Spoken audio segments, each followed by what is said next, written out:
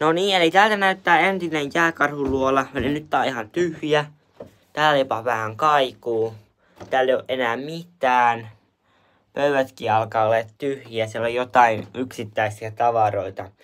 Mut siis tossa oli sitä tavaraa oli tuossa ja tässä oli patja ja täällä oli yötäkin silloin joskus.